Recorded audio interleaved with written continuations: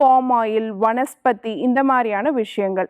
அதே மாதிரி சிகப்பு இறைச்சி, முட்டை வகை, ஹார்மோன் மாற்றத்திற்கு உட்படுத்தப்பட்ட நிறைய இறைச்சி வகைகள், பால் வகைகள் இது எல்லாமே இந்த மாதிரியான அதிகப்படியான கெட்ட கொழுப்பை அதிகரிக்கக்கூடிய உணவாக இருக்கு. முதல்ல நம்ம அதை கட்டுப்படுத்தக்கூடிய விஷயங்களை தெரிஞ்சுக்கணும். வெறும் நார்மலான வாட்டர் குடிக்கிறதுக்கு பதிலாக வெண்பூசணி ஜூஸ் மாதிரி நம்ம எடுத்துக்கலாம், லெமன் ஜூஸ் சால்ட் போட்டு நம்ம எடுத்துக்கலாம், சன்ன லவங்கப்பட்டை டீ மாதிரி போட்டு குடிக்கலாம், ஆவாரம் பூ டீ மாதிரி போட்டு குடிக்கலாம். இதெல்லாம் என்னைக்காவது ஒரு நாள் டெய்லியுமே ஒரு ஒரு ரெசிபியாக டெய்லி எடுத்துக்கிட்டோம்னாலே நம்மளுடைய இரத்த கொழுப்பினுடைய அளவு கட்டுப்பாட்டுக்கு வரும்.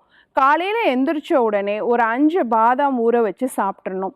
கூட கொஞ்சமாக முளைக்கட்டின தானியம் எடுத்துக்கணும். ஒரு ஃப்ரூட் சாலட் நார்மலாக பார்த்தீங்கன்னா அதிகமான நார்ச்சத்துள்ள ஃப்ரூட்ஸ், தர்பூசணி, ஆரஞ்சு, சாத்துக்குடி இந்த மாதிரி பப்பாளி பழம் இதெல்லாம் எடுத்துக்கிட்டோம்னாலே அதில் இருக்கக்கூடிய ஆந்தோசைனின், வைட்டமின் சி சத்துக்கள் எல்லாமே இரத்த கொழுப்பை குறைக்கிறதுக்கு ரொம்ப சப்போர்ட்டிவாக இருக்கும்.